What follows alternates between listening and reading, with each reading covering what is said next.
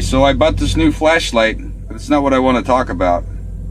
I start getting on YouTube and I watch all these videos and I get ideas, and I really want to share them. I really want to put them down or write them down. I can put them into writing, and I don't want to forget them. So I know the next day I'll get so caught up in everything that I'm doing and forget. Let me touch up on this flashlight. This is a 500 candle power or whatever, 500 lumens flashlight. It's incredible. They're really bright. I don't know why I bought it, but it's rechargeable. It's really going to help me. I considered that I'm gonna need some light in the wintertime for things that I need to do, and I need plenty of light. This thing's pretty heavy duty, tactical light. Anyway, so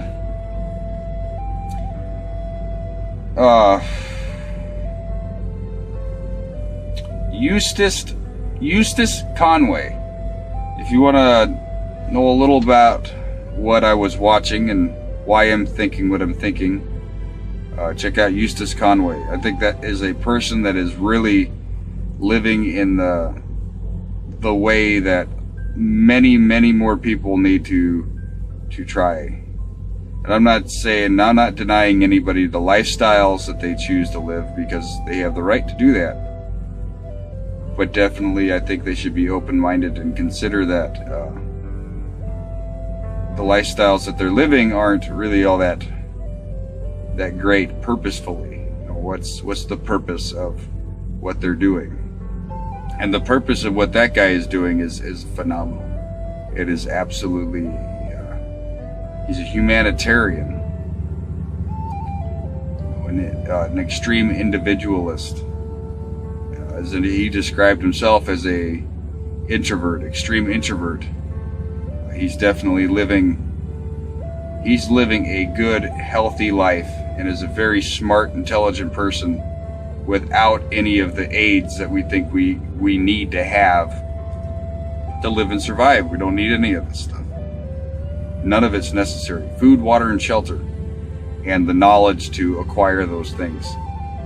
Having those resources are incredibly important, and we don't need someone else to provide them for us.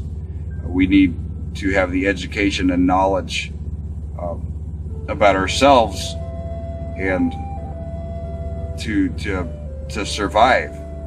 You know, without all that support, without that dependency, so many people in the United States and all over the world would die. They don't know how to live without it. And I think if we can go to our roots, we'll survive. Absolutely. If you can find your roots and survive by the basic essentials on the roots of being a human being, then you can have the rest of that lifestyle and feel that how much more you will appreciate and be grateful for the convenience and the luxury of all those things. So many people feel so sad and horrible when they lose stuff that doesn't even matter. They can wait, like they're supposed to be able to break down and everything and say, you know, every morning when you wake up and say, I am alive, I am happy to be alive, I have another day to see this beautiful planet and to be here with the community and people and be social and just be able to participate in life. Just be happy that you are alive to participate, instead of complaining about what you don't have or being sad about it. I've always, not always, but for a long time, moving towards less and less, more knowledge, more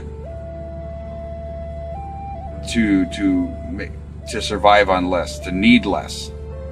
I become more is with less of this outside world. Like, I don't have TV. One of the biggest things, Eustace Conway also said he fantasizes about going into people's homes, knocking on the door, and going inside to get their televisions and just throwing them out. And that would be a huge benefit for so many people. You'd be doing a great thing by getting rid of TV. TV, bad. No TV, get rid of it.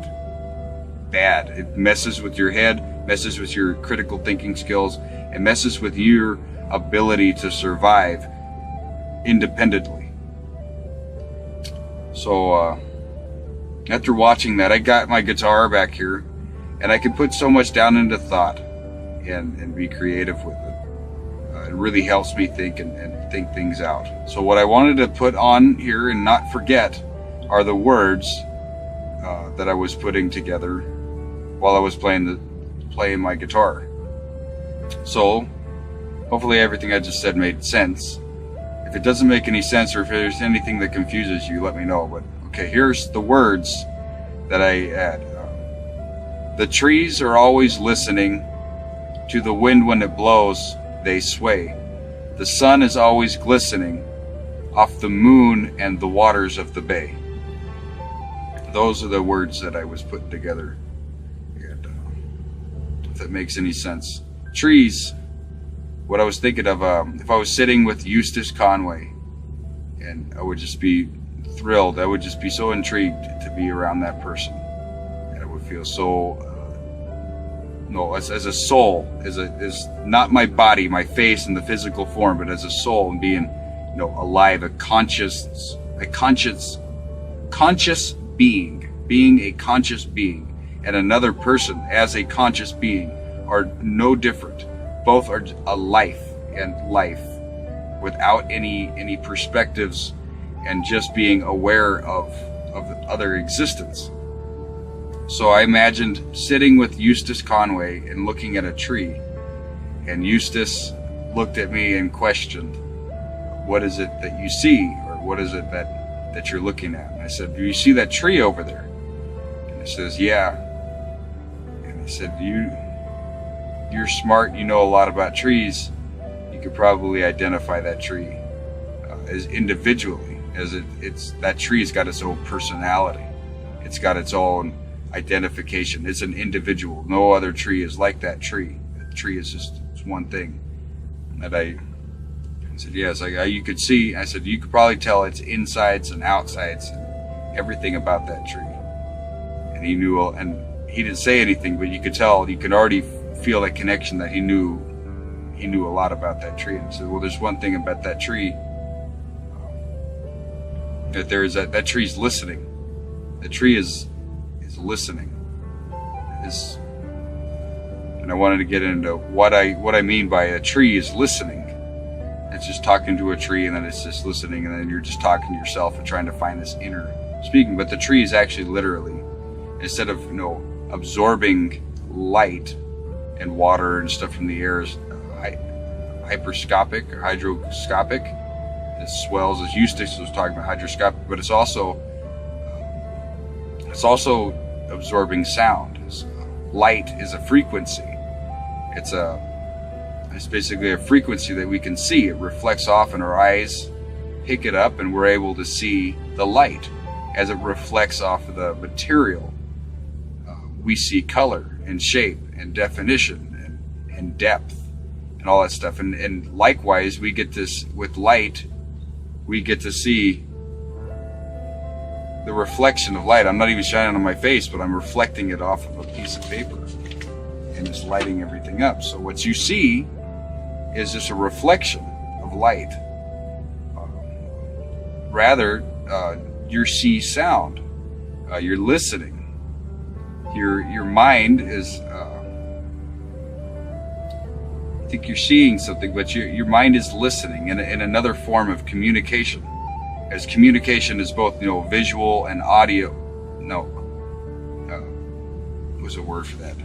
Audio and visual, right? That's what this is. You're seeing a reflection that's captured and then sent on radio waves, and you're able to see that. It's incredible. And what I mentioned about a tree is it's reflecting. It's reflecting sound and a frequency. It's listening all the time, and it's captured. The sun. We are light. That's your soul. That's what life is. Light, a frequency and sound. So it's amazing. It's so it's not so complicated if you can tune out everything else, all the other sources of that are manipulating and bending your perspective and what reflects in your mind and what you see and how you think and feel and your culture and all your perspectives, all of it, all of that is reflected in your mind. And a tree is always listening, and it's like, if you know what I mean, I want to put it in the right words. The sun and the trees and our existence and being a part of nature and into the world and having a purpose of what this life that we have, that each day we're conscious and aware of what's around us all the time. And it's such a blessing to have more of that, to be so aware. A tree isn't watching TV.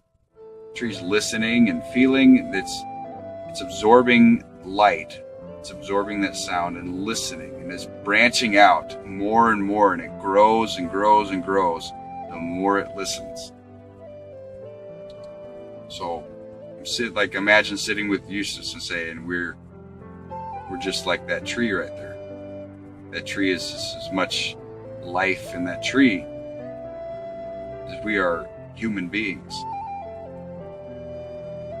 It's just an amazing, philosophy, the consciousness and awareness. I'm always striving for that. And when I look around, I look at this window, and what I see, I have a perspective, but I don't see the operators of these vehicles and the purpose of why they drive them to be a good thing. So for money. And I want what I'm doing here in this truck to be a good purpose. And if I'm going to bring in food to feed people, I want to help raise awareness and consciousness and oneness with nature and all that stuff, and can help keep these people alive, feeding them, bringing the food. Then there's a good purpose in what I'm doing, what I'm using this, why I'm in this truck, why I live in this truck. Otherwise, I'd walk away from it. If this was all bad, I could not live in this truck. I would live off the land. I choose to do that, and if I can. And Eustace Conway has got land, and the purpose of what he's using it for is to help educate people. So help bring people like that to better understand themselves, to reflect within. So that's just something I want to put down. We are light, and our perspectives are a reflection of what we've seen, what we hear, and what we feel. Light. This is artificial light. This is artificial stuff like that. Look, get off the phone and go out and see the real world. What is real? What's tangible? Like I can touch the screen. It's not. There's a barrier here. Well, thank you for watching, and go check out Eustace Conway and hear what he has to say. It's really enlightening. I think you'll enjoy it.